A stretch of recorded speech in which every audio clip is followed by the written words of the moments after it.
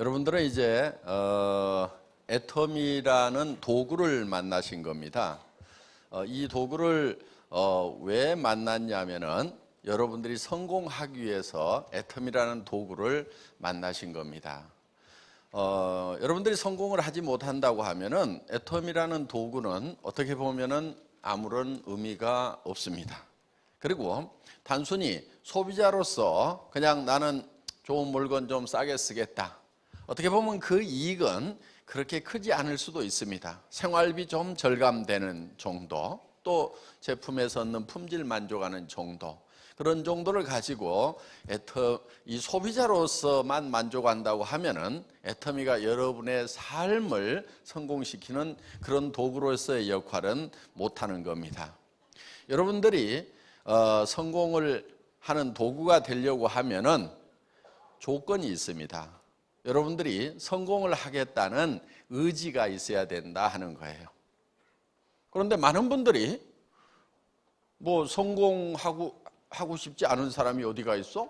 대개들 이렇게 얘기를 해요. 그런데 성공을 하려는 의지가 있다고 하는 것은 성공하려는 목표가 있어야 된다 하는 거예요.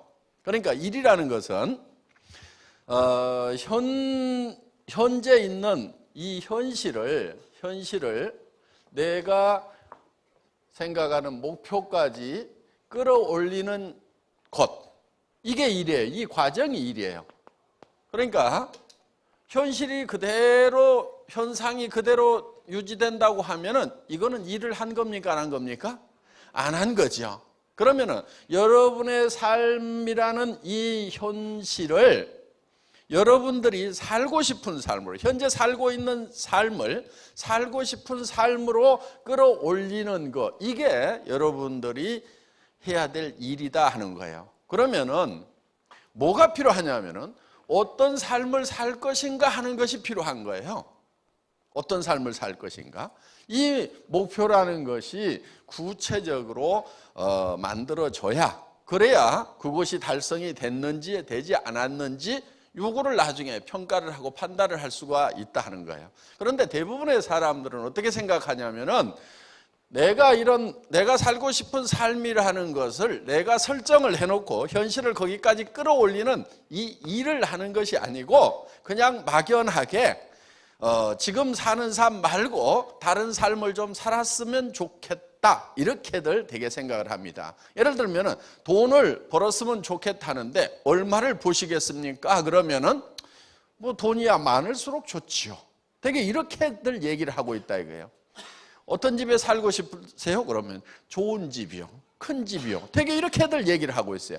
그런 어떤 목표를 가지고는 절대로 그 목표를 달성할 수가 없다 하는 거예요. 그러니까 여러분들이 성공을 못하는 가장 큰 이유는 첫째, 성공을 해야 되겠다는 생각 자체가 없기 때문에 그렇다 하는 거예요. 둘째는 어떻게 성공을 하는 건지, 또 어떤 모양으로 성공을 할 건지에 대한 구체적인 내용이 없기 때문에 대부분 성공을 못한다 하는 겁니다. 그래서 이 시간에는 여러분들에게 성공하는 방법, 성공의 법칙을 알려드리는 건데, 이 성공의 법칙이라고 하는 것을 처음 이 창안에 낸 사람은 여러분들이 잘 아시는 철광한 카네기라는 사람입니다. 그 카네기라는 사람이 자기는 원래 가난한 집의 아이로 태어났는데 어마어마한 성공자가 됐습니다.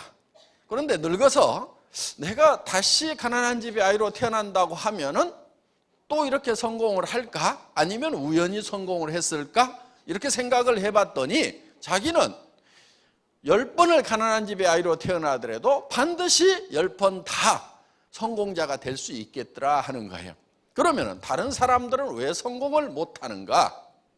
통계를 봤더니 많은 사람들이 성공을 못하더라 이거예요. 대개 우리가 인생을 사는데 0세에서부터 시작을 해서 30세까지는 대개 공부를 합니다. 준비를 하죠. 30세부터 60세까지는 대개 일을 열심히 합니다. 60에서 90세까지 바로 노후라는 것을 보내게 된다 하는 거예요. 그러면 노후가 약 얼마입니까? 이것도 30년이죠. 자, 대개는 이제 30년 동안 공부를 하고 30년 동안은 나름대로 잘 살아보겠다, 성공해 보겠다고 열심히들 했는데 60세쯤 됐을 때 통계를 보니까 1%의 사람들만이 성공자, 즉 부자가 되어 있더라 하는 거예요.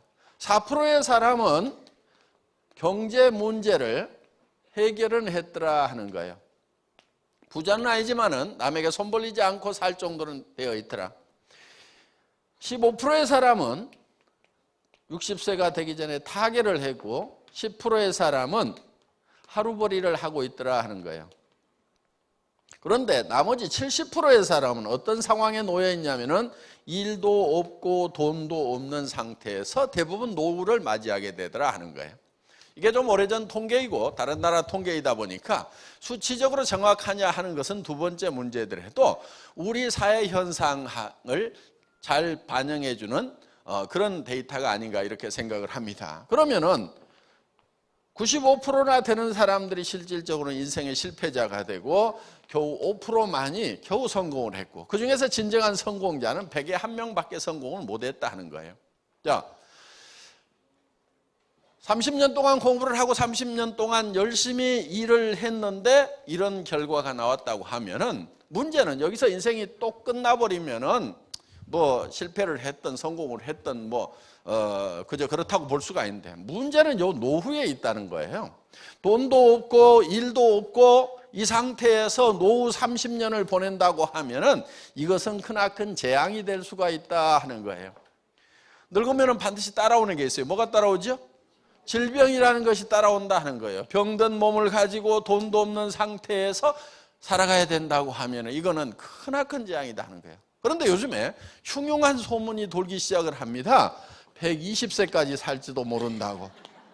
그러면은 이게 60년을 이제 이 재앙을 어떻게 극복을 해갈 것인가 하는 커다란 문제가 놓여 있다 하는 거예요. 자, 우리는 일을 해야 되는 이유가 바로 여기에 있는 거예요.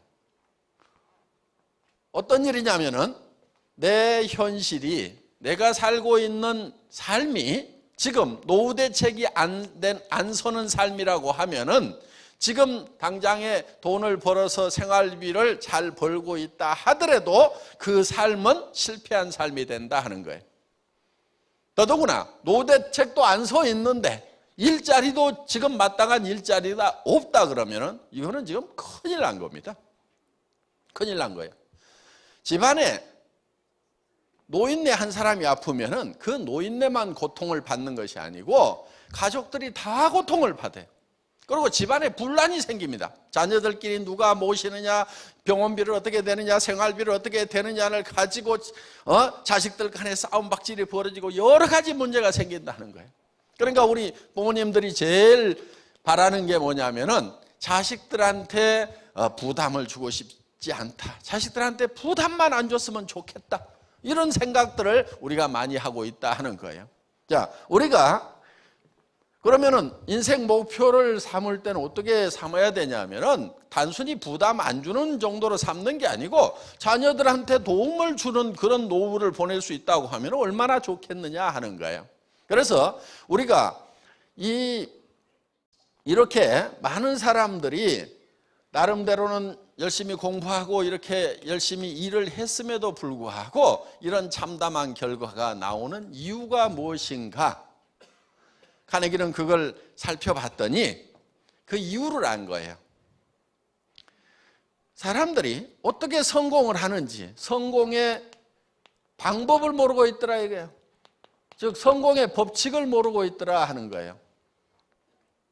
자기는 성공의 방법, 성공의 법칙을 알기 때문에 가난한 집의 아이로 다시 태어나더라도 10번을 다시 태어나더라도 10번 다 부자가 되고 성공자가 될 수가 있는데 자기가 아는 방법만 적용하면. 그런데 많은 사람들은 대부분이 성공의 방법, 성공의 법칙을 모르고 있더라 하는 거예요. 그래서 이거를 좀 알려줘야 되겠다 해서 이제 그 당시에 백악관 출입 기자로 있던 약관의 나폴레옹 힐이라는 청년을 선택을 해서 20년 동안 이 성공의 법칙, 성공의 방법을 집대성하도록 했습니다. 이 성공의 법칙이라는 것은 누가 아무렇게라도 만든다고 해서 그것이 법칙이 되거나 되는 것이 아니다 하는 거예요. 이거는 박한길이가 만든 것도 아닙니다. 이거는 이 성공의 법칙이라고 하는 것은 마치 뭐와 같냐면은 자연 법칙과 같은 거예요. 자연 법칙. 자연 법칙은 이미 정해져 있는 겁니다. 그리고 이런 것을 스티븐 코비라는 사람은 정북향의 원리라는 말로 표현을 했어요. 정북향의 원리. 그러니까 북쪽은 이미 정해져 있다. 우리가 오늘 여기 속리산 이 골짜기에 들어오다 보니까 지금 동서남북이 헷갈리시죠? 손가락을 한번 들어보세요. 손가락 이렇게. 손가락을 한번 들어봐 주시고요. 지금 북쪽이 어딘지 한번 가르쳐 보겠습니다. 북쪽이 어디예요? 북쪽. 하여간 생각나는 대로 가르쳐 보세요. 예. 고맙습니다. 대체로 이쪽이 지금 북쪽이라는 분들이 많아요. 예. 그런데 저쪽이라고 지금 우기고 계시는 분도 계세요. 지금부터 다수결의 원칙에 의해서 이쪽을 북쪽으로 정하겠습니다. 다 동의하십니까?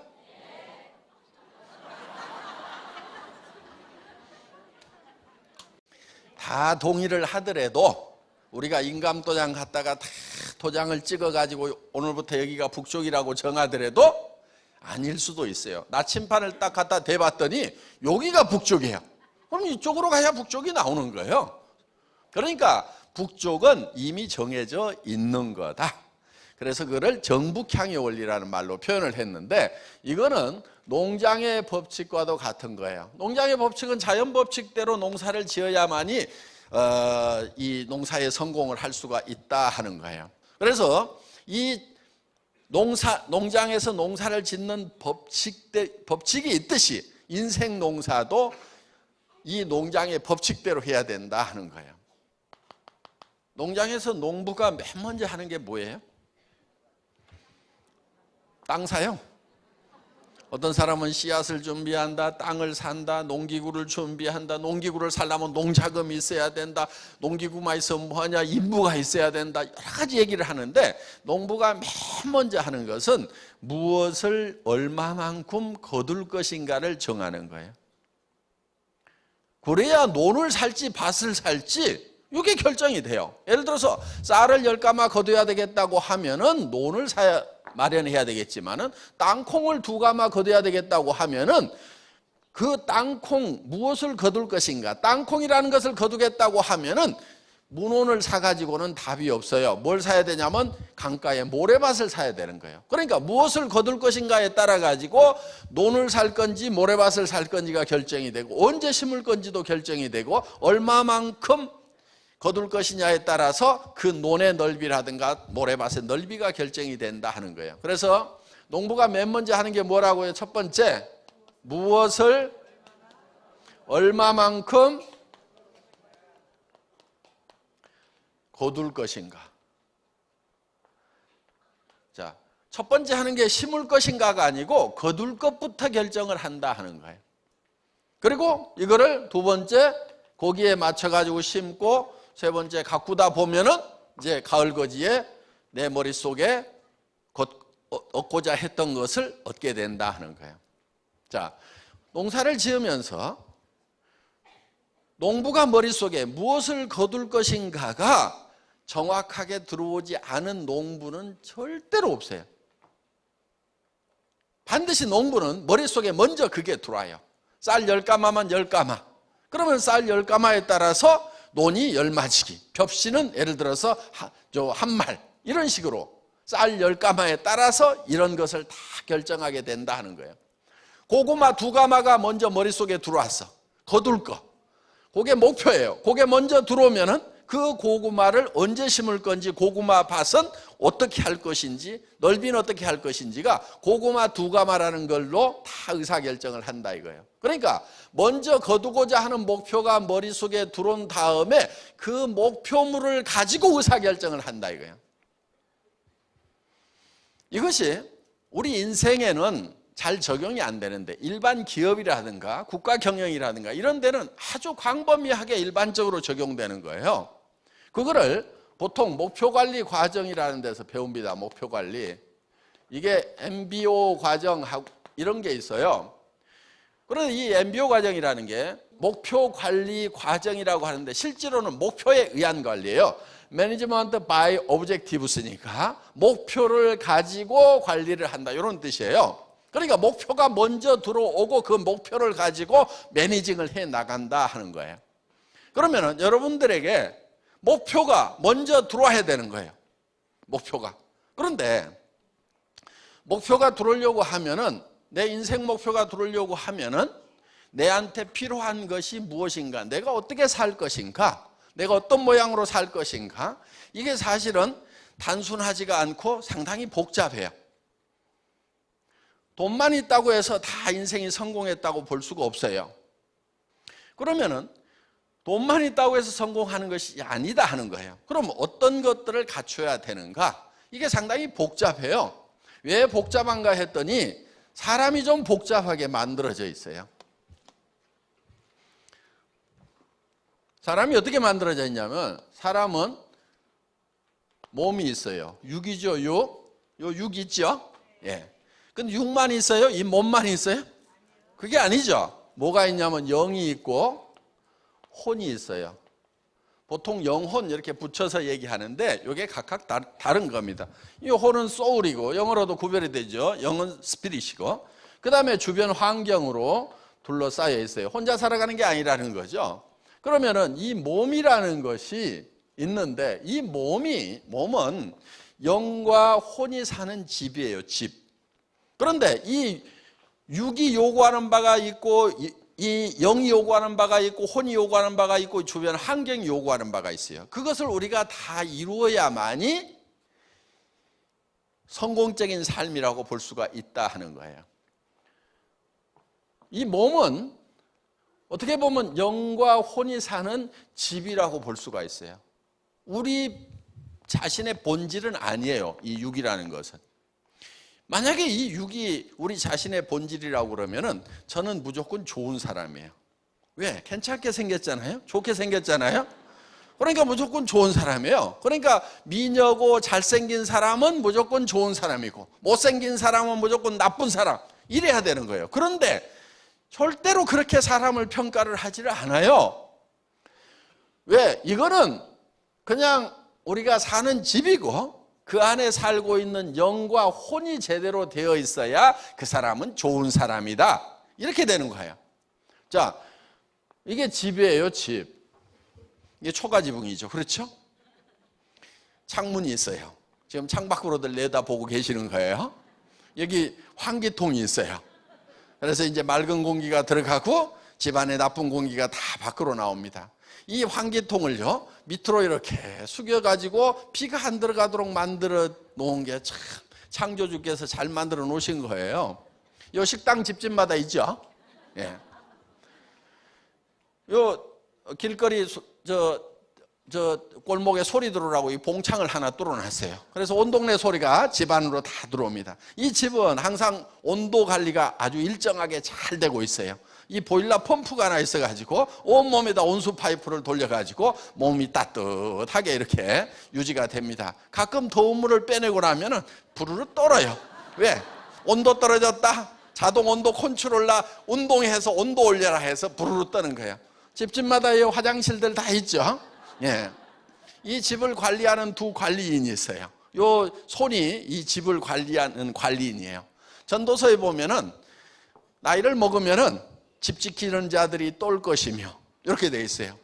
창이 어두워질 것이며, 이렇게 돼 있어요. 그러니까 나이 먹으면은 침침한 거예요. 그래서 왜 이리 노인네들이 왜 이리 날이 어둡나 그래요. 자기 눈이 침침하다 보니까. 그래서 이제 노래하는 여자들은 쇠하여질 것이요, 목소리도 이제 점점 가게 되고, 어떻든 이게 우리가 사는 집입니다. 집. 그런데 중요한 것은 이 안에 사는 영과 혼이 중요하다 하는 거예요. 영과 혼. 자, 이 영은, 그런데 보통 영혼 이렇게 붙여가지고 부르죠. 이 영이라고 하는 것은 양심이라든가 이런 거예요. 양심. 그러니까 동물에게는 영이 없어요. 영이 없다 보니까 이 영적인 요소, 양심 같은 게 없어요. 이웃집 개가 이웃집 아저씨 다리를 물었어. 그랬더니 밤에 내가 조금 참을걸 하고 양심의 가책을 느껴가지고 끙끙거리는 개 봤어요? 절대 그런 놈이 없어요. 개라고 하는 거, 동물들은요 양심이라는 것이 없어요. 그런데 사람은 항상 양심이라는 게 있어요. 예를 들면은 시간에 관한 개념도 동물에게는 없어요. 사람은 이게 있어요. 사람은 영원을 사모하는 마음을 주셨도다 이렇게 돼 있거든요. 성경에 보면은 영원을 사모하는, 이거는 시간적인 개념이에요. 그러니까 동물은 나이를 먹어서 자기 죽음이 가까워온다고 그래가지고 그것 때문에 걱정하고 시름에 빠진 그런 동물은 절대로 없어요. 그냥 오늘 배가 부르면 그걸로 만족을 해요. 그런데 사람은 이 육신적인 어떤 만족, 자 배가 부르고 따뜻하더라도 인생이 끝나가면은 뭔가 불안을 느끼고, 삶이라는 것이 무엇일까, 이 인생이 끝나면 어디로 가야 되는 것일까 하고 걱정을 하게 돼 있어요. 그래서 이 시간의 개념을 가지고 있는 것, 이것이 영적인 요소예요. 그리고 하나님은 우리에게 이 하나님의 영을 불어넣어 주셨고, 우리는 만족을 하려고 하면은 하나님을 사랑하고 하나님으로부터 사랑을 받아야만 만족을 할 수가 있어요. 우리의 육은 첫째 건강하고 오래 살아야 돼요. 장수하고 그 다음에 풍요롭게 살고 싶은 욕구가 있어요. 그래서 이거는 잘 살며, 자, 우리의 혼은 평온한 감정을 가지고 살아가고 싶은 욕구를 가지고 있어요. 그래서 이거는 감정적인 부분이에요. 그리고 또 한 가지는 지적 욕구가 있어요. 미지의 세계에 대해서 알고 싶은, 배우고 싶은 욕구가 있다 하는 거예요. 자, 우리는 주변 환경에 대해서는, 자연 환경과 사회 환경에 대해서 뭔가 이로움을 끼치고 싶은, 공헌하고 싶은 욕구를 가지고 있어요. 그래서 우리의 삶이 완성이 되려고 하면은 이 네 가지 요소가 골고루 만족되는 삶을 살아야만 된다 하는 거예요. 그런데 대부분은 어떻게 하고 있냐면은 대개 어느 한쪽으로 굉장히 치우치는 경우가 많아요. 그냥 풍요만을 쫓아가기 위해서 이것만 쫓아가다 보면 건강을 해치는 사람들도 있고, 또 남을 사랑하는 것이 아니고 남을 해쳐가면서 돈만 버는 사람들도 있고, 그리고 남을 평온한 감정을 가지고 가는 것이 아니고 남을 미워하고 욕심으로 속이 부글부글 끓는 그런 상태에서 부를 추구하는 경우가 있다. 국가나 사회에 인류에게 공헌하면서 내 경제적 부를 추적하는 것이 아니고 단순히 그냥 오로지 이 풍요만을 쫓아가다 보니까 실제로는 이런 목표가 달성되는 것이 아니고 도리어 더 망가져버리는 그런 현상이 생기더라 하는 거예요. 그래서 요 네 가지를 우리는 골고루 만족시키는 삶의 목표를 우리가 정해야 된다 하는 거예요. 이 네 가지를 골고루 만족시키는 삶이라고 그래서 우리는 이거를 균형 잡힌 삶이라고 이렇게 얘기를 합니다. 다 같이 따라서 해보겠습니다. 균형 잡힌 삶. 이 균형 잡힌 삶이라고 하는 것은 우리 몸이 요구하는 대로 잘 살며 사랑하고 배우고 공헌하는 삶을 우리는 균형 잡힌 삶이라고 하고, 이것이 우리가 성공하고 싶은 이 목표로 우리 머릿속에 그려져야 된다 하는 거예요. 여기 좀 얘기를 하면은요, 아이고 뭐가 그리 복잡해요. 그냥 돈이나 어떻게 번다고 얘기해 주지.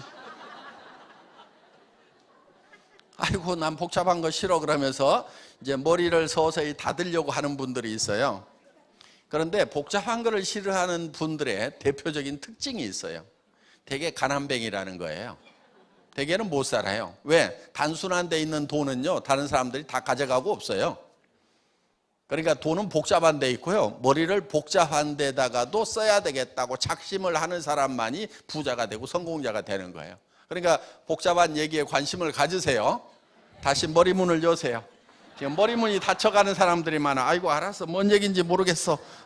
그렇다 치고 다음 얘기 좀 해봐, 이러고 있어요 지금. 요 얘기를 그대로 잘 알아들으셔야 되는 거예요. 네. 자, 요 네 가지를 골고루 만족시키는 균형 잡힌 삶이라는 목표, 그게 머릿속에 들어와야 된다 이거예요. 그러니까 우리가 우리 인생 농사를 지으면서 최종적으로 달성하고 싶은 것이 균형 잡힌 삶이 되어야 된다 하는 거예요. 농부가 머릿속에 봄에 쌀 10가마면 10가마가 먼저 들어온 다음에 그 다음에 그게 가을 거지가 돼가지고 곡간으로 들어오는 거예요. 그러니까 머리에 곡간으로 들어가기 전에 반드시 어디에 들어가요? 머리에 들어가게 돼 있는 거예요. 자, 여러분의 삶도 성공을 하려고 하면은 반드시 그 성공한 모습이 어디에 들어와야 되냐면은 여러분 머릿속에 들어와야 되는 거예요. 언제 들어오냐면은 지금 들어오는 거예요. 그리고 그것이 미래에 이루어지는 거다 하는 거예요. 그러니까 여러분의 머릿속에 성공적인 삶의 모습이 그려져 있지 않으면은 3년 지나고 5년 지나도 달성이 되질 않아요. 지금 여러분의 삶이 만족스럽지가 않다고 하면은 만족스러우세요? 예? 만족스러운 분은 가세요. 지금 밤늦게까지 공부하고 있지 말고 그대로 그냥 사시면 되는 거예요. 빨리 숙소에 가서 편안하게 발 닦고 누워 자세요. 지금은 여기 계시는 분들은 현실이 지금 이대로 살다가 죽으면 안 되겠다. 왜? 미래에 노후에 30년, 60년의 재앙이 기다리고 있는 그 길로 내가 지금 가고 있다. 그러니까 뭔가 지금 방향을 바꿔야 된다. 이렇게 생각하시는 분들만 여기 있는 거죠. 예. 그런데 왜 지금 그런 실패자의 길 위에 서 있냐 하는 거예요. 그거는 3년 전이나 5년 전에 성공자는 어떤 모습인지가 머릿속에 정확하게 그려지지 않아서 그러는 거예요. 여러분 머릿속에 명확하게 그려져야 돼요. 그 모습이. 예를 들면은 부동산에 가서 집을 사러 갔어요. 물어봅니다. 어떤 집을 사시게요? 물어봤더니 크고 좋은 집이요. 이렇게 대답하는 사람은 집을 살까요? 안 살까요? 그렇게 집 사는 사람은 아무도 없어요. 차 사러 갔다가 무슨 차 사실 거예요? 그랬더니 좋은 차요. 이런 분은 차 사는 사람 아니에요. 구체적으로 차를 사면은 무슨 모델의 색깔은 무슨 색으로 하고 거기에 엔진은 몇 cc고 가격은 얼마부터 얼마까지 딱 이렇게 정해져 있어요.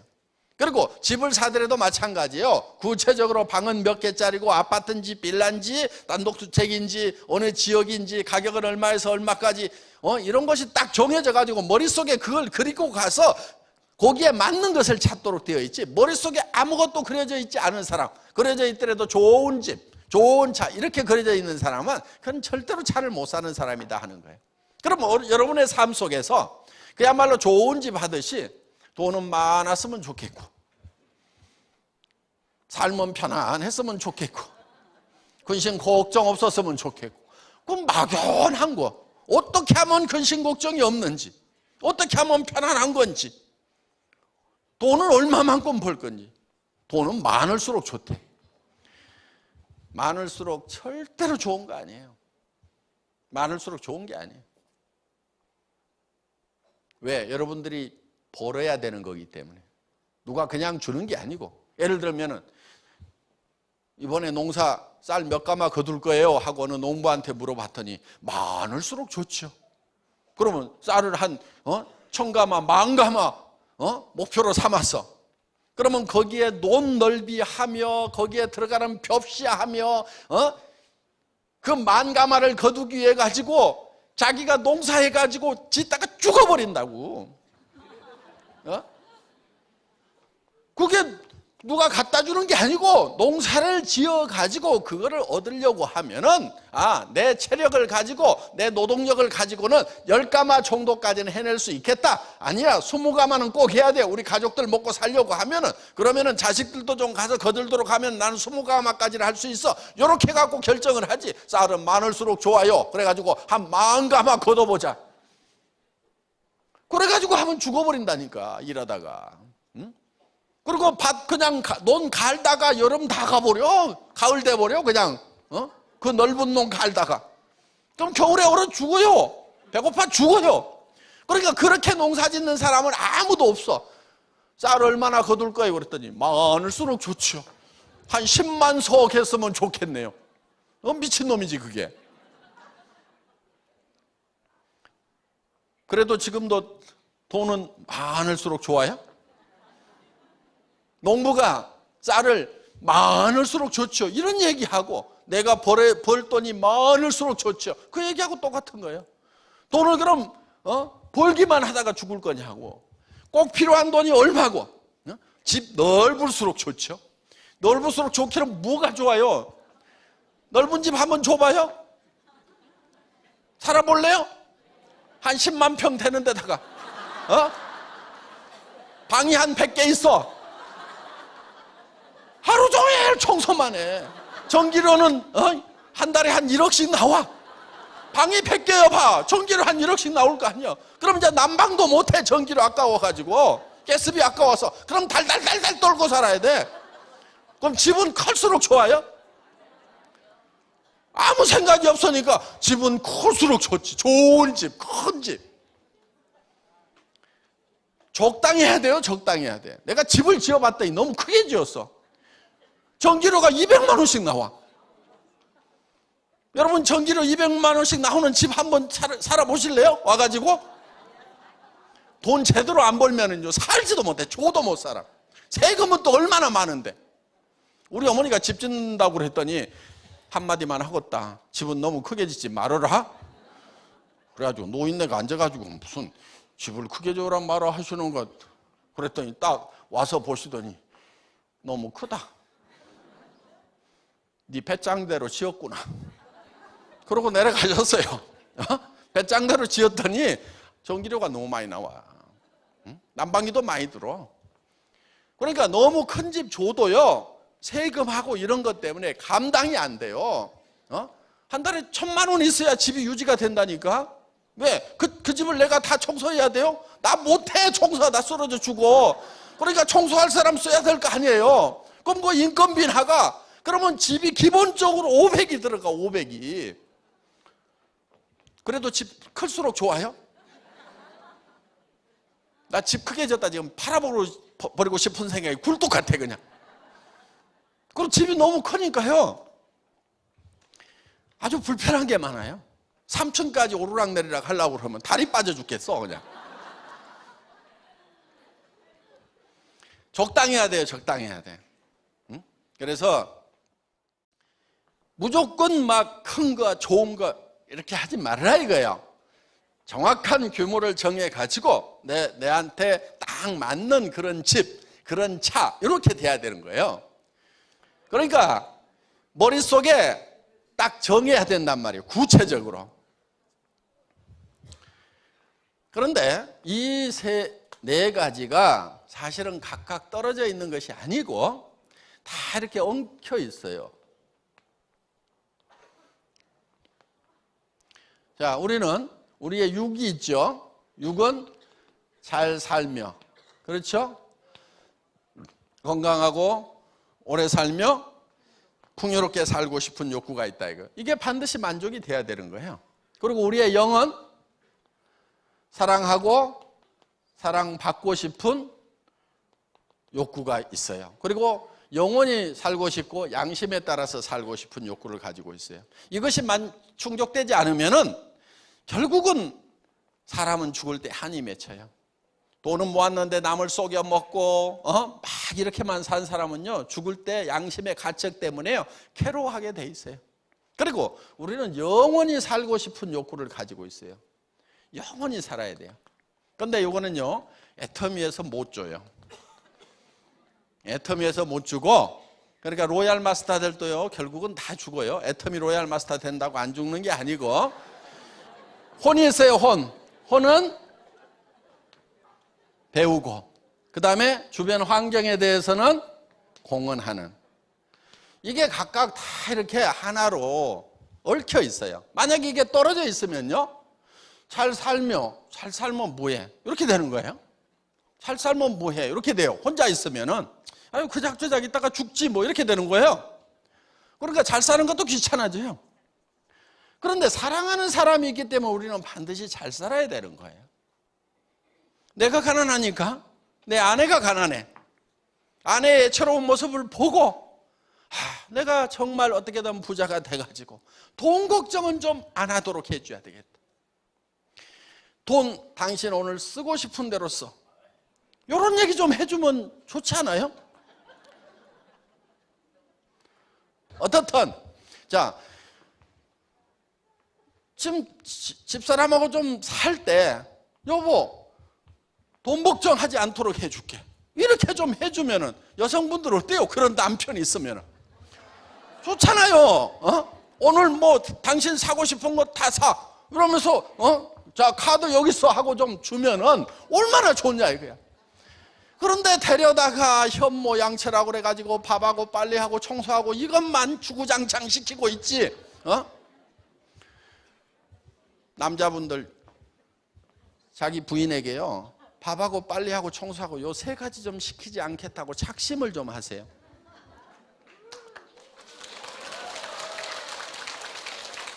이거 봐요. 좋아하잖아요 이거. 예? 여성분들도 마찬가지예요. 목표를 좀 세우세요. 밥하고 빨래하고 청소하고 이건 내가 안 하겠다. 예, 그 목표를 좀 세워요. 여러분들이 밥하고 빨래하고 청소하고를 안 해야 우리나라의 실업 문제가 해결이 돼요. 이웃집 아주머니를 좀 고용을 해줘야 된단 말이에요. 이웃집 아주머니를 고용을 안 해주니까 그 아주머니들이 대학생 알바 자리까지 다 뺏어 먹고 있어 지금. 젊은 사람들이 알바해갖고 뭐 좀 하려고 그래도 일자리가 없단 말이에요 지금. 그러니까 국가의 이 경제난을 해결을 하려고 하면은 여러분들이 가정에다가 전부 이웃집 아주머니들을 다 고용해 줘야 돼.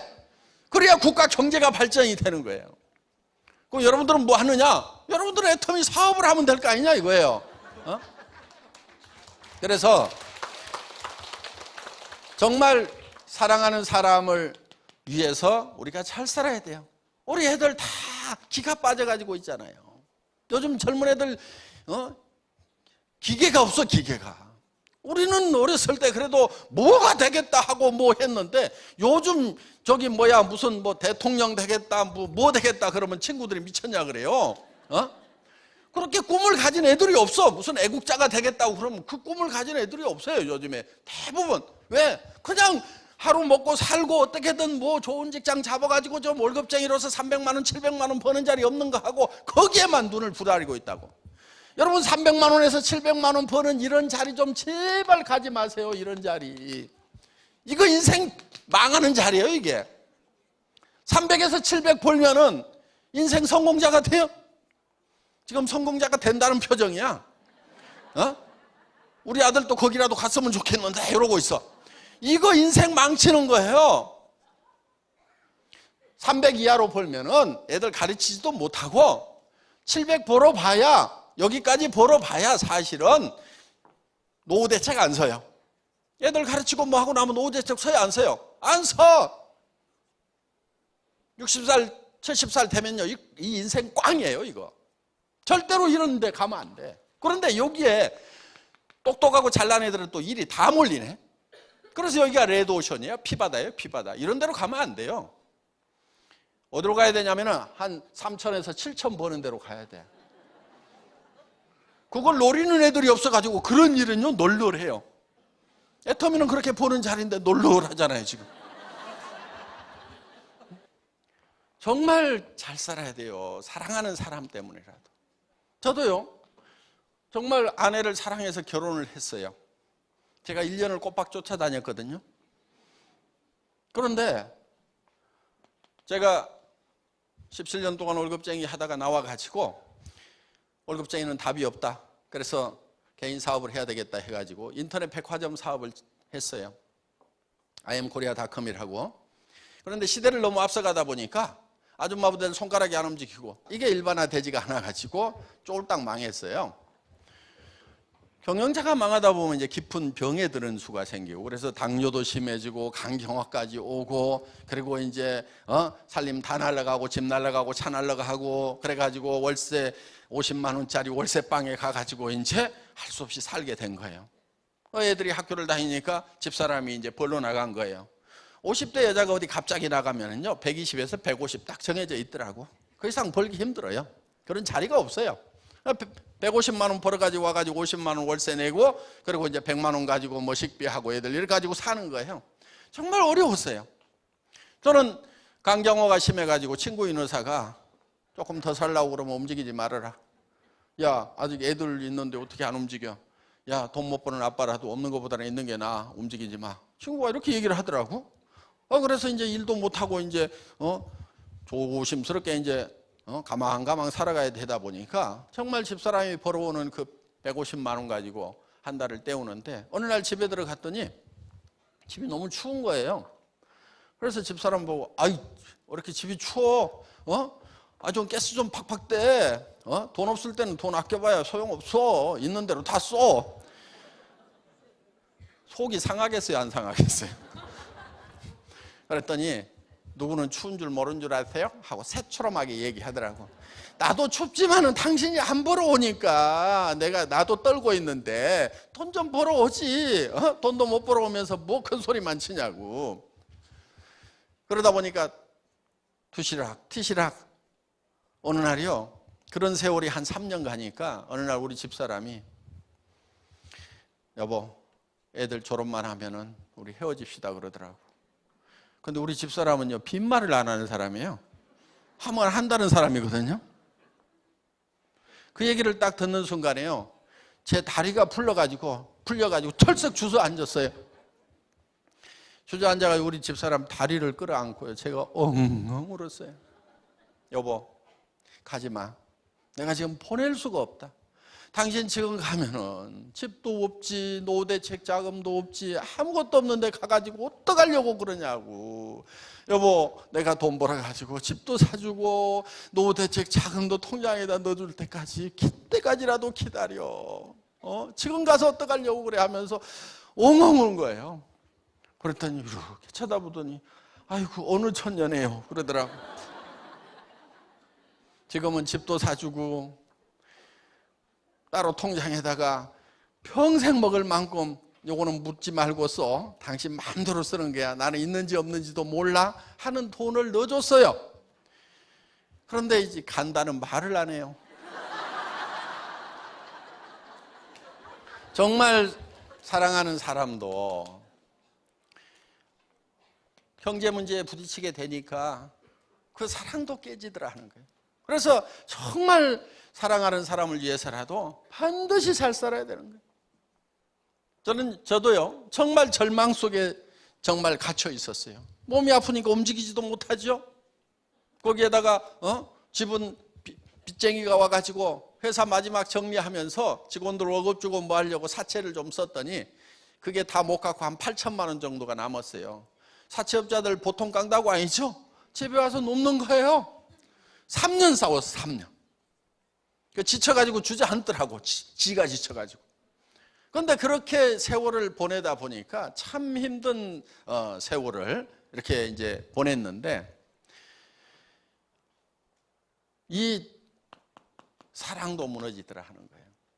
그래서 우리가 정말 사랑하는 사람을 위해서라도 우리는 반드시 잘 살아야 되는 거예요.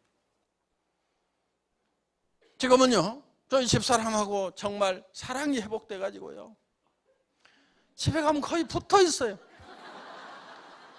여보, 다리 올려 그래 가지고 다리 좀 어줄지요. 그래도 내 손길이 제일 전기가 오지 그러면서요.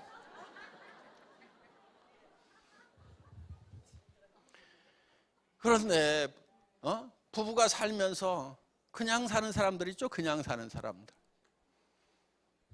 그냥 살아. 어떤 사람이 그래. 친구가 이혼한다고 그러니까, 아이고, 열정도 많다. 무슨 힘이 있어서 이혼하냐. 그냥 살지. 그렇게 복잡한 일을 어떻게 하냐. 너는 참 삶에 열정도 많다. 나는 그냥 산다. 그러니까 이혼하는 것도 귀찮아. 그냥 살아. 부부가 가서 만나도 그냥 그래 그냥. 응? 살면 얼마나 산다고. 좀 뜨겁게 살아가면서 살면 안 돼? 응?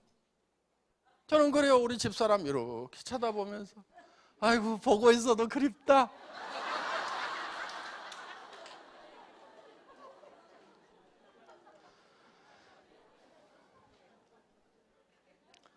뜨거운 사랑으로 살아야 돼요. 반드시 우리가 성공해야 되는 것은, 사랑하는 사람들이 있기 때문에 반드시 성공을 해야 되는 거예요.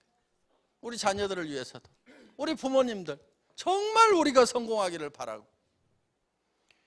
어느 날 저희 어머님한테도 전화가 왔었어요. 제가 몹시 힘들던 그 시절에 아들아 내가 죽어야 쓰겄다 그러고 전화가 왔어요. 그래서 깜짝 놀라서 어머니 왜요? 그랬더니 늙은 것이 살아가지고 쓸데없이 너만 힘들게 하는 것 같다.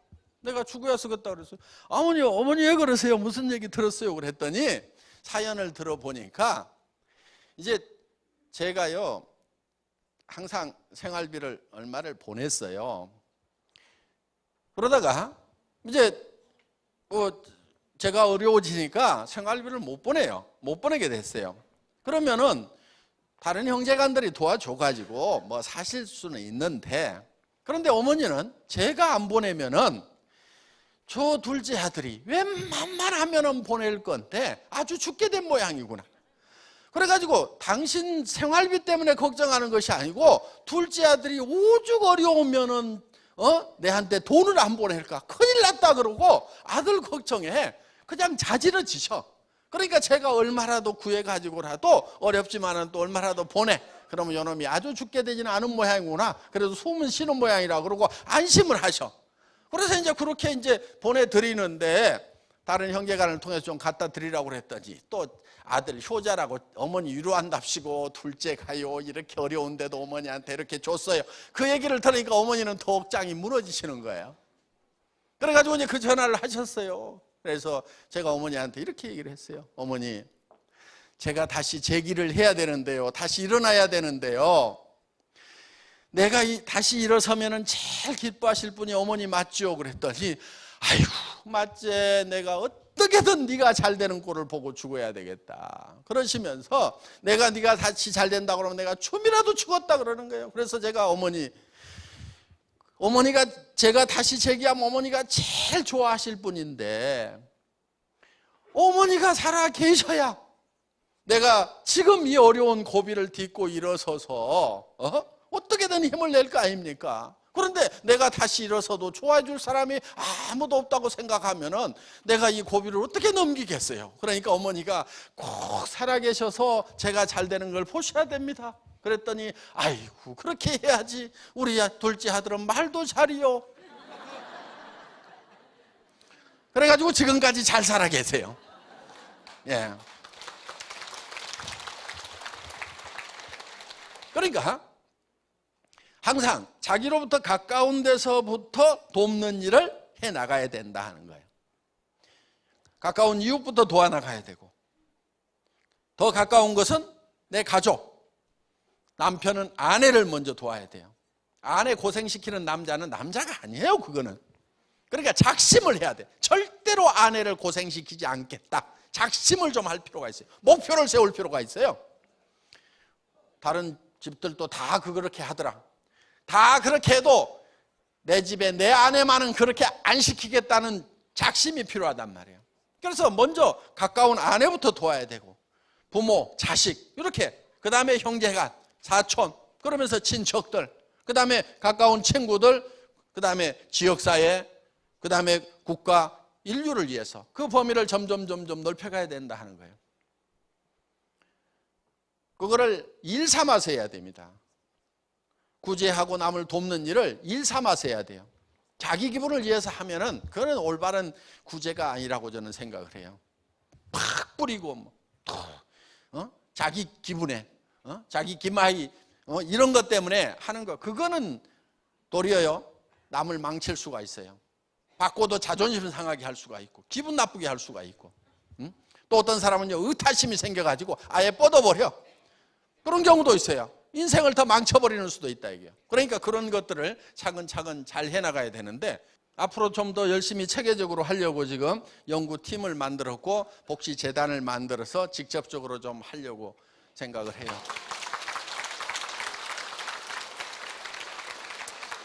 자, 우리가 정말 이런 주변 사람을 정말 사랑하기 때문에 우리가 잘 살아야 된다 이거예요. 잘 사니까 기부금이라도 몇 천씩 몇 억씩이라도 이렇게 줄 수가 있지, 잘 못 살면 어떻게 주냐고요. 내가 못 살던 시절에는 텔레비전 보면은 어려운 애들, 가난한 애들, 병든 애들 보면은 눈물은 줄줄 흘리면서도 아이고 내 자식도 못 챙기니까 이걸 할 수가 없더라 이거야. 그런데 이제는 제법 잘 살게 되니까 그런 사랑을 베풀어 나갈 수도 있고 또 거기에서 보람을 느끼고 있는 거예요. 그래서 우리가 정말 잘 살아야 된다. 사랑하는 사람을 위해서라도 반드시 잘 살아야 된다. 자, 그런데 이렇게 잘 사는 모습을 우리가 머릿속에 그려 넣어야 돼요. 잘 사는 모습을 어떻게 그려내냐면 한 편의 영화로 그려내는 거예요. 한 편의 영화. 여러분 머릿속에다 한 편의 영화로 그려내는 거예요. 영화를 만들려고 하면 시나리오가 필요해요. 그런데 그 영화의 시나리오 작가가 누구냐면 여러분이 되는 거예요. 그 다음에 주인공이 누구냐면은 여러분 누구? 나 자신이 되는 거예요. 그 다음에 그 영화의 감독도 누구냐면은 나 자신이 되는 거예요. 그래서 이 영화가, 한 편의 영화가 내 머릿속에서 돌아가야 되는 거예요. 자, 누구누구의 인생 시나리오, 이렇게 여기다 이름을 좀 꼭 써주세요. 이렇게 여기 줄만 쳐져 있는데 이렇게 해서 여러분들이 인생 시나리오를 작성을 하는데 요거를 오늘 저녁에 작성을 해가지고 내일 발표를 이제 하셔야 됩니다. 설명을 드리면 누구나 다 쉽게 작성할 수 있도록 이렇게 양식을 만들어 드려요. 거기 빈칸에다가 채워 넣기만 하시면 되는 거예요. 자, 양식을 보면 이렇게 되어 있어요.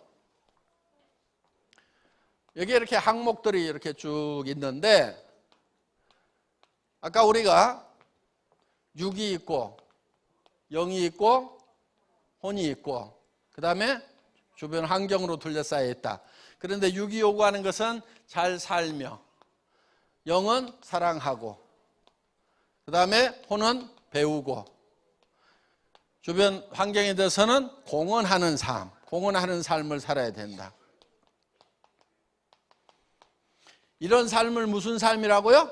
균형 잡힌 삶이라고 한다 이거예요. 그러면은 요 항목이 여기에 반드시 하나는 들어가도록 만들어야 돼요. 그러면 우리가 잘 살려고 하면은 건강 들어가죠. 그렇죠? 풍요롭게 살려고 하면은 의식주, 그 중에서 먹는 거, 입는 것들은 대부분 다 해결돼 있죠. 그런데 예를 들면 주택 문제, 그 다음에 요즘엔 자동차도 필수예요. 그 다음에 사랑하고 효도도 들어가고, 그렇죠? 배우고 자녀 교육도 들어가고, 그 다음에 공헌, 봉사도 들어가고, 예를 들면 잘 살려고 하면은 현금도 좀 있어야 되고, 그렇죠? 현금 같은 거 좀 있으면 좋죠? 어때요? 한 5억 정도 남편 몰래 쓸 수 있는 돈 한 5억 정도 통장에 따로 있다. 빚 없고 집 있고 차 있고. 기분 좋아요, 안 좋아요? 좋죠? 남편들 아내 눈치 안 보고 마음껏 쓸 수 있는 돈 한 5억 있으면 어때요? 좋잖아요. 그런 거 좀 가져보겠다고 생각을 하자 이거예요. 또 뭐 있어요? 여행도 다니고. 예. 자, 그러면 여기에 이제 한 번씩은 이렇게 들어갔죠? 그러면 여기에 네모진 칸이 이렇게 있어요. 이 칸에다가 자, 현재 자기의 건강 상태는 어떻게 되는지 한번 파악을 해보는 거예요. 이게 이렇게 10칸 정도 칸이 있거든요. 그러면 건강, 타고난 건강 때문에 뭐 중간뜨기는 된다. 주택, 내가 살고 싶은 주택하고 현재 사는 주택하고 비교해 봤을 때 10점 만점에 몇 점? 3점? 예, 3점. 뭐 각각 다를 거예요. 그러면 이거를 쭉 연결을 하면은 이렇게 연결을 해보면 이게 자기 인생 수레바퀴가 되는 거예요. 이게. 그러면 이 인생은 지금 잘 굴러가요, 안 굴러가요? 안 굴러가죠. 이게 잘 굴러가려고 하면 10점 만점이 이렇게 돼야 되겠죠. 그렇게 되려고 하면은 이렇게 이제 10점 만점을 연결하면은 고단하고 둥그러운 인생 수레바퀴가 된다 이거예요. 그러면은 10점 만점이 되려고 하면 어떻게 해야 되는 거냐 하는 거예요. 예를 들면은 주택 지금 3점짜리야. 예를 들어서 뭐 1억짜리 전세 살아. 그런데 내가 살고 싶은 집은 어떤 집? 예? 7억. 예, 7억짜리. 예, 1억 전세에서 7억으로 올라갔어요. 예, 방은 몇 개? 5개. 예, 아파트에 단독주택이에요? 단독? 예. 어디에 있는 거예요? 남양주시. 예. 자, 어떻든 이런 집을 머릿속에 그리는 거예요. 이렇게 그려놓고 지금 그러면 이게 10점 만점이 되죠. 그 다음에 효도는 어머니 지금 얼마씩 드려요? 받고 있어요? 얼마씩 드려요? 예? 20만 원? 예. 어머니가 20만 원 가지고 잘도 사시겠네. 부모님한테요, 20만 원, 30만 원 용돈 드리면서 효도 다 한 걸로 생각하는 거 잘못된 거예요. 부모님한테 생활비를 드려야 돼, 생활비. 생활비를 드리려고 하면은 한 300만 원은 있어야 돼요. 왜? 노인네들이요, 치료비가 많이 들어가고, 간병인도 있어야 되고, 그럼 집안에 청소해 주러 오는 사람도 있어야 되고 뭐 하면은요, 300원 있어야 그래도 사람답게 살아요. 저 같은 경우 한 450이 매달 내려가. 450이 매달 내려가는데도 가끔 전화가 오세요. 그래가지고 얘기를 시작을 하셔. 네 아버지가 6.25 때 누구 집으로 피난을 갔다가 석 달 동안이나 그 집에서 밥 얻어먹고 살았는데 고부는 돌아가시고 그 아들이 있는데 내가 뭘 좀 해주고 싶다. 그러면 500번 해야 돼. 예? 그래서 이제 그렇게 이렇게 다 하다 보면은 정말 부모님들이 하고 싶은 여한을 다 풀고 가실 수 있도록 이렇게 해드릴 필요가 있다 이거예요. 그러니까 우리가 실제로 이렇게 7억을 모으려고 하면 이거 언제까지 할 거예요? 언제까지? 30년 후에요? 몇 년 후에? 5년 안에. 그렇죠? 5년 안에는 해야 된다 이거예요. 그럼 5년 안에 7억을 모으려고 그러면은 한 달에 얼마씩 모아야, 1년에 얼마씩 모아야 돼요? 한 1억 3천, 1억 4천 모아야 되겠죠. 그럼 한 달에 얼마씩 모아야 되면 1,000만 원 이상씩 모아야 되는 거예요. 집값으로 저축하는 돈이 한 달에 1,000만 원, 매월 1,000만 원 이상 모아야 요 7억짜리 집에 산다 이거예요. 그러니까 여러분들 300에서 700번은 일을 해가지고 사람답게 못 살아요. 절대 이런 목표를 세우면 안 돼요. 공을 하나씩 더 붙이세요. 최소한 3천에서 5천 원 벌어야 사람답게 살더라 하는 거예요. 그래야 어머니한테 300만 원씩 드릴 수 있을 거 아니에요. 300에서 700 벌어가지고 어떻게 부모님한테 300을 드리냐고. 자녀들도 교육 제대로 시키고 봉사도 하고 현금도 한 5억은 모아야 될 거 아니에요.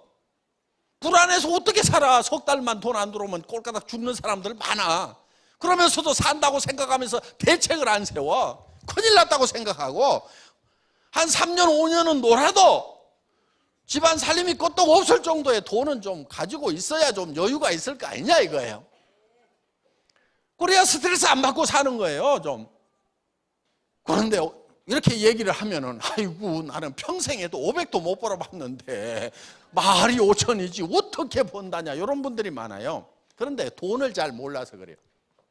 돈을 잘 몰라요 사람들이. 그러니까 돈을 못 벌어요. 돈이요,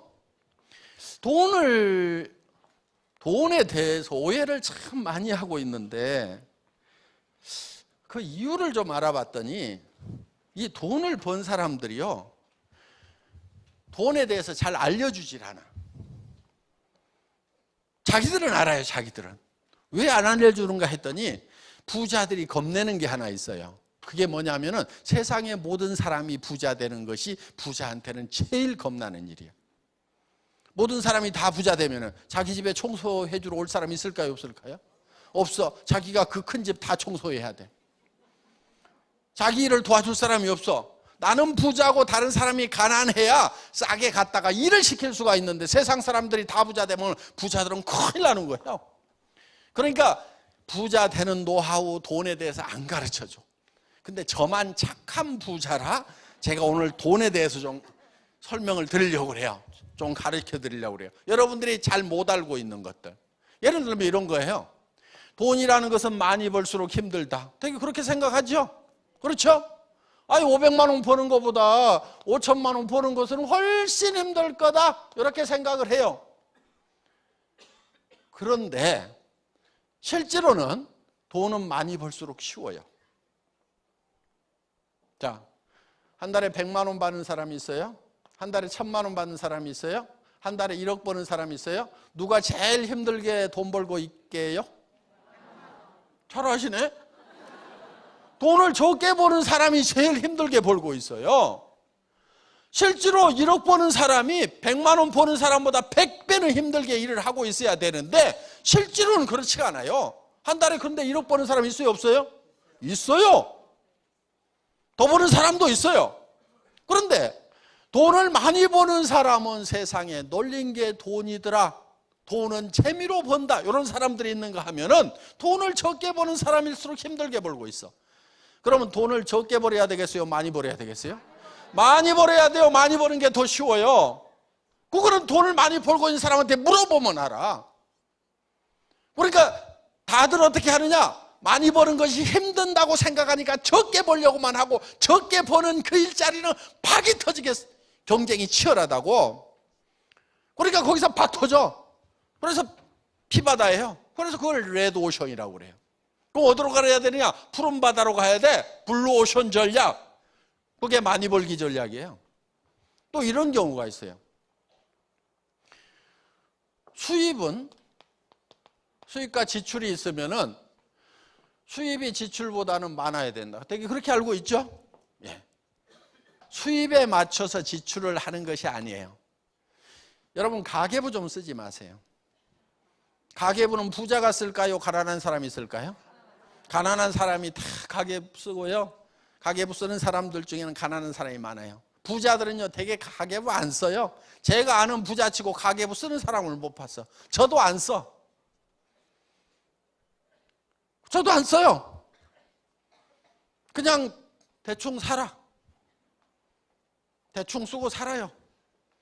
쓸 시간이 없을 뿐이지 대충 편한 대로 쓰고 살아요. 자, 그러면은 수입에 맞춰가지고 아등바등 지출을 하는 것이 아니고, 수입에 맞춰서 지출을 하는 것이 아니고, 먼저 뭘 해야 되냐면 지출을 먼저 결정을 하는 거예요. 지출을. 나는 3천만 원씩을 매월 지출하면서 사는 사람이 되겠다, 먼저 결정을 하고, 그 다음에 뭐를 찾느냐, 3천만 원 이상을 벌 수 있는 수입처를 찾는 거고, 수입의 방법을 찾는 거예요.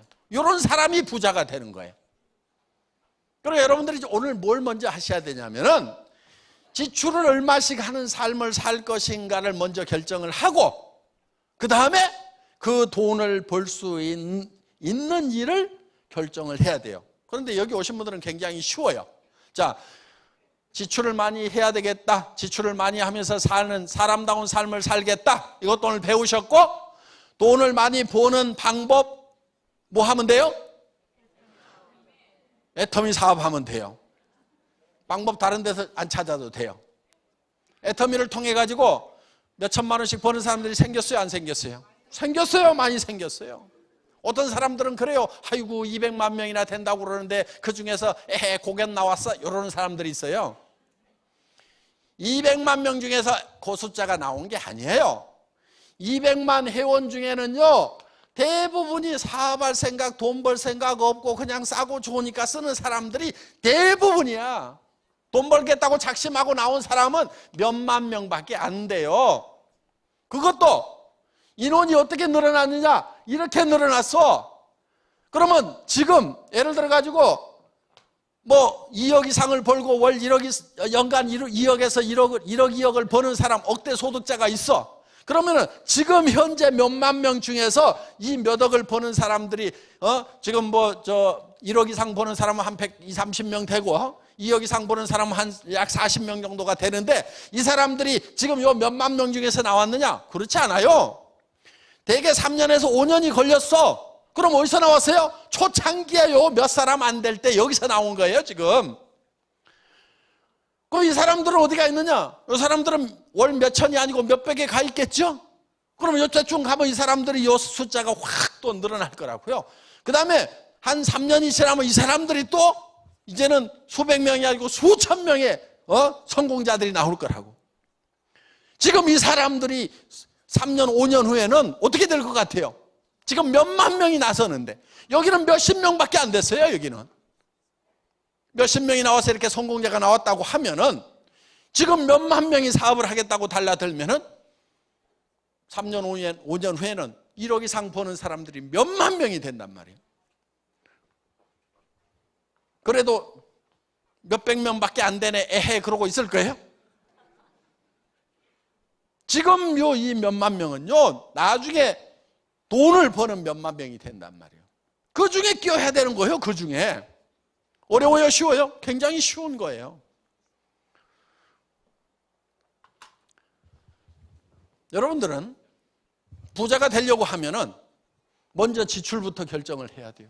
나는 어떻게 지출하면서 살아가는 사람이 되어야 되겠다고 이것부터 작심을 하고, 그리고 그 돈을 벌기 위해서 나는 어떤 일을 선택해야 되고 어떻게 해야 될 것인가. 이건 내일 말씀을 드릴 것이에요.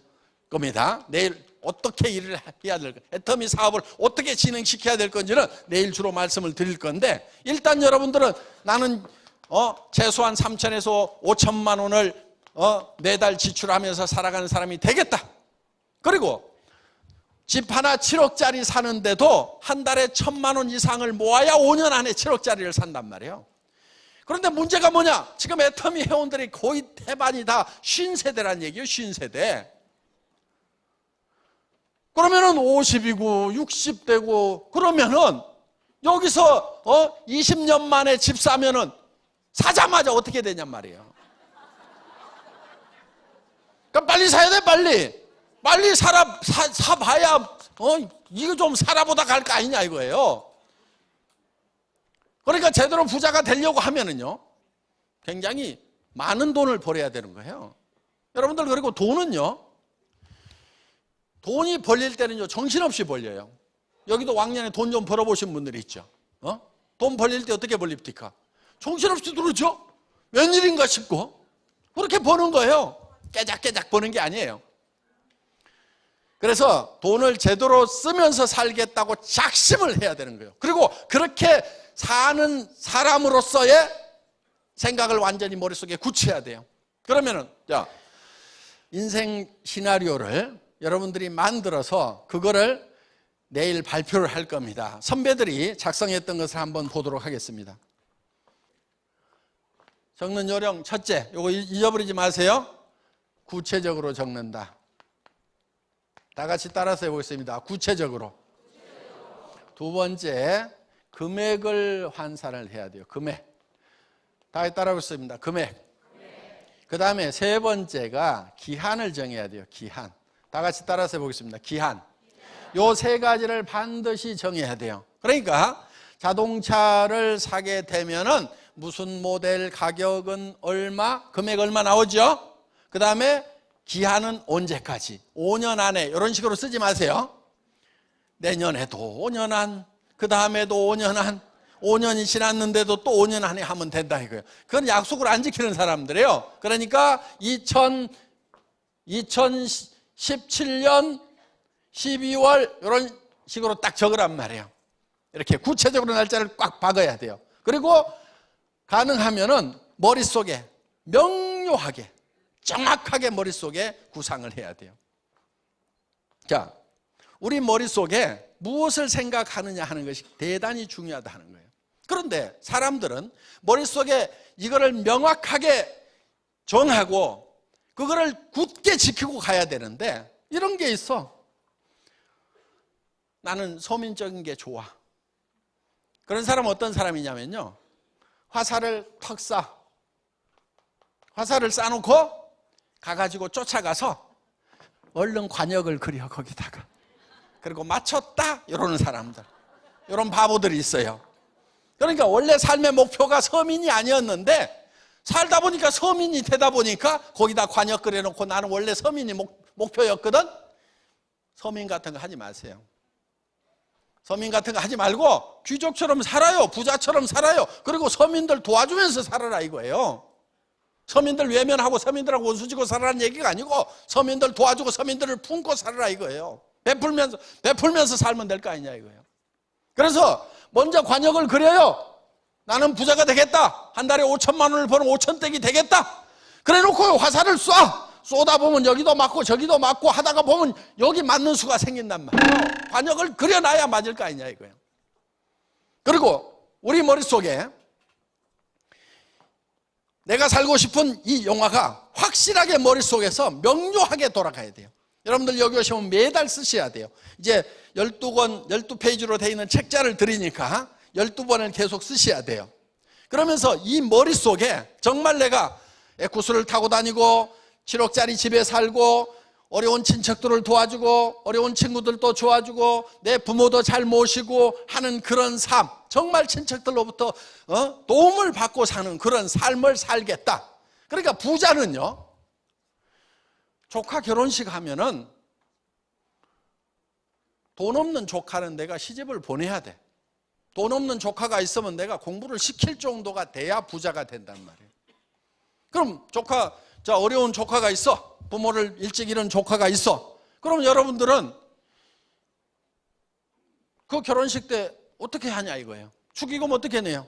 아이고, 2, 300원 내야 될 것 같은데. 그러다가 20 낼까 50 낼까 밤새도록 고민하다가 누렇게 떠가지고 예식장에 나타나. 좀 부모 없는 힘든 조카가 있으면은 한 3천이든 5천이든 좀 집어주면 안 돼요? 그렇게 하면 안 되냐고. 그것도 축의금도 예식장에 가서 내지 말고 결혼을 발표를 하면은 얘들아 내한테 인사 좀 와라 해가지고 인사 왔을 때 자 얼마 안 되지만은 요거 가지고 미리 좀 살 것들 사고 준비들 좀 해라. 그러면서 좀 한우 1,000만 원 주면 안 되냐 이거야. 그렇게 주려고 하면 내가 한우 1,000씩 벌면 돼요. 그리고 한우 1,000씩 버는데도 그걸 못 줘요? 안 줄 거예요? 지금 안 줄 표정이셔들 보니까.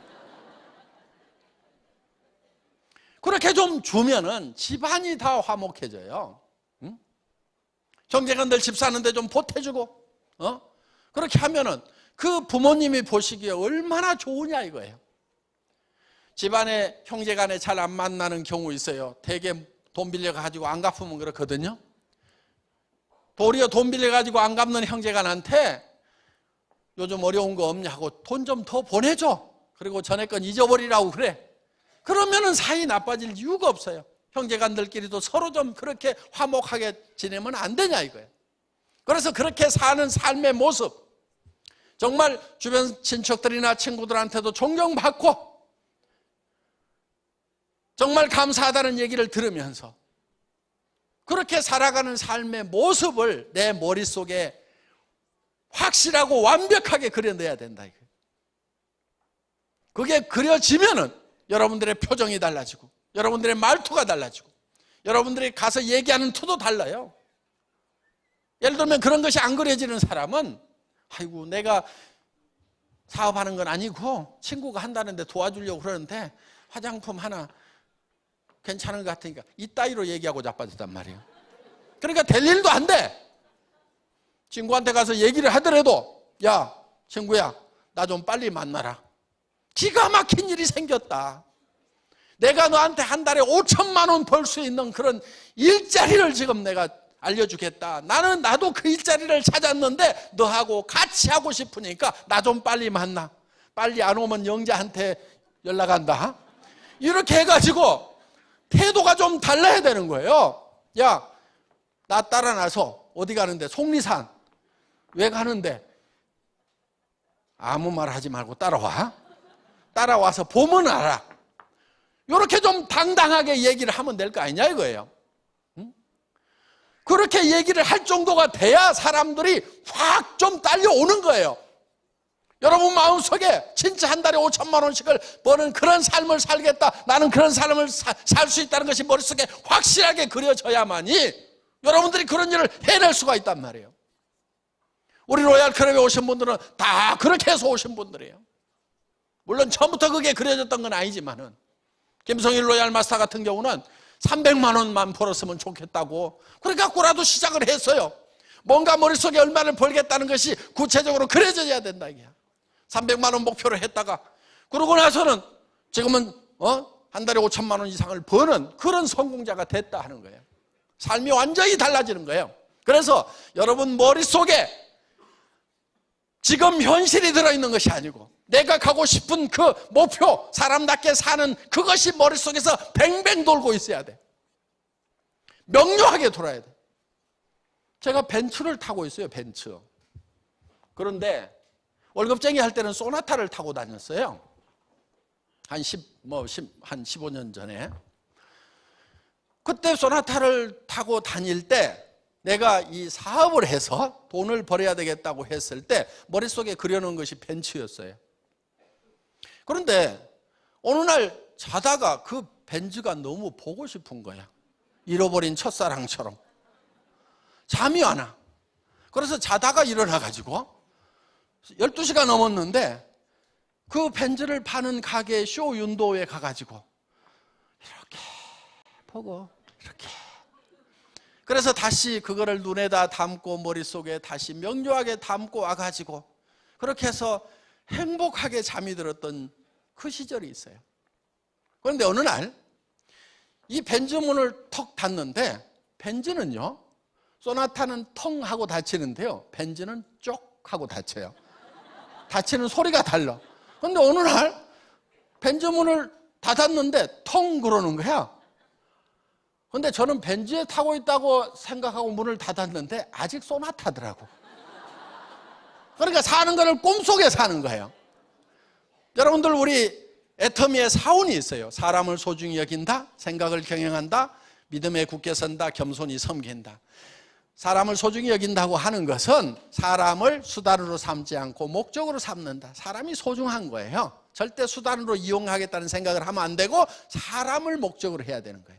그 다음에 믿음에 굳게 선다, 생각을 경영한다고 하는 것은 내 생각을 경영을 해서 내가 살고 싶은 삶을 만들어내는 거예요. 그럼 현실이 아니고 내가 살고 싶은 삶이 만들어졌죠? 그러면은 믿음에 굳게 선다고 하는 것은 현실 위에 서 있는 것이 아니고 내가 만들어낸 그 바람직한 삶, 내 꿈속에, 비전 속에 서 있어야 되는 거예요. 믿음이라는 것은요, 성경에 보면 이렇게 돼 있어요. 누가 보이는 것을 믿는다 하리요. 믿음은 보이는 것을 믿는 게 아니에요. 내가 여러분들에게, 여러분들 이게 마이크입니다, 믿으십시오 그러면은, 마이크네 뭘 믿고 말고 해. 이거를 믿으라고 그러면 제가 바보죠. 그렇죠? 믿는다는 것은요, 안 보이는 것을 믿는 거예요. 그러니까 지금 안 보이는 거, 내가 미래에 에쿠스를 타고 다니고 7억짜리 집에 살고 마당이 400평이고 그 남양주에 있는 집 속에 내가 살고 있어야 된다 이거예요. 한 달에 5천만 원씩을 벌고 조카 결혼식에는 5천만 원 축의금을 줄 수 있는 그런 삶. 친구가 어려우면은 가가지고 친구야 말로만 위로할 것이 아니고 돈 걱정하지 마, 우선 여기 1,000만 원 놓고 간다, 수술하거나 해서 더 큰 돈 들어가면은 내가 그 돈 다 될 테니까 너는 병만 나서, 이렇게 얘기해 줄 수 있는 친구로서의 모습, 그런 삶을 살겠다고 거기 위에 서 있어야 된다 이게. 믿음에 굳게 선다는 것은 땅바닥에 서 있는 것이 아니고 보이지 않는 데 서 있는 거예요. 그래서 내 비전 위에, 내 꿈 위에, 내가 생각하는 균형 잡힌 삶 위에 내가 서 있어야 되는 거예요. 그래서 현실이 거기까지 끌어올려가는 거예요. 요게 일이에요. 요게 일. 오늘 저는 여러분들이 정말 머릿속에 여러분이 살고 싶은 삶의 모습을 명확하게 그리고, 여러분 한 사람 한 사람의 영혼이 중요하고, 여러분 한 사람 한 사람의 삶이 중요하고, 여러분의 사랑하는 가족들이 중요하고, 사랑하는 친구들이 중요하기 때문에 그들의 영혼을 위해서라도 여러분들이 반드시 성공자가 되겠다는 생각을 하고, 그리고 정말 사람답게 삶은 규정 잡힌 삶의 모습을, 비전을 그려내고 그 위에 굳건하게 서서 겸손히 섬기는 자세로 일을 해나간다고 하면은, 그래서 주변 사람들에게 짓밟히는 거, 무시당하는 거, 이런 거를 두려워하지 않아야 되는 거예요. 여러분들 친구들한테 가서 짓밟히고 무시당하는 거 싫지요? 여러분 정말 내가 믿음에 굳게 서서 나는 반드시 이거를 해낼 수 있다는 확신만 있으면요, 가가지고 얼마든지 그 앞에 엎드릴 수 있어요. 친구들이 짓밟고, 아는 사람들이 짓밟고, 모르는 사람들이 짓밟아도 내가 짓밟히면서도 당신들이 짓밟는 것도 얼마 시간이 안 남았다. 언젠가는 당신들이 깜짝 놀라는 내 모습을 보게 될 거다. 밟더라도 지금 밟아라. 지금 밟고 내 물건이나 좀 써주라. 짓밟히면서도 뒤에서 돈 세는 거예요. 요게 똑똑한 거고 요게 이기는 거예요. 쓸데없는 자존심 내세우면서 평생 바닥에서 살 것이 아니고, 짓밟히더라도 기어서라도 내가 반드시 내가 만든 비전 위에 어느 날 분명히 서 있을 거다. 그게 3년 5년 안에 나는 그 위에 서 있을 거다. 모든 사람들이 우러러보는 그 자리에 가 있을 거다. 당신들이 우러러볼 때 나는 더 겸손한 모습으로 살아가겠다는 요 그림을 오늘 저녁에 여러분들이 그리시고 내일 발표해 주심으로 말미암아서, 그리고 그 비전을 붙들고 감으로 말미암아서 모두 성공적인 삶이 이루어지고 균형 잡힌 삶이 이루어지시기를 바라면서 오늘 저녁 강의 마치겠습니다. 수고하셨습니다.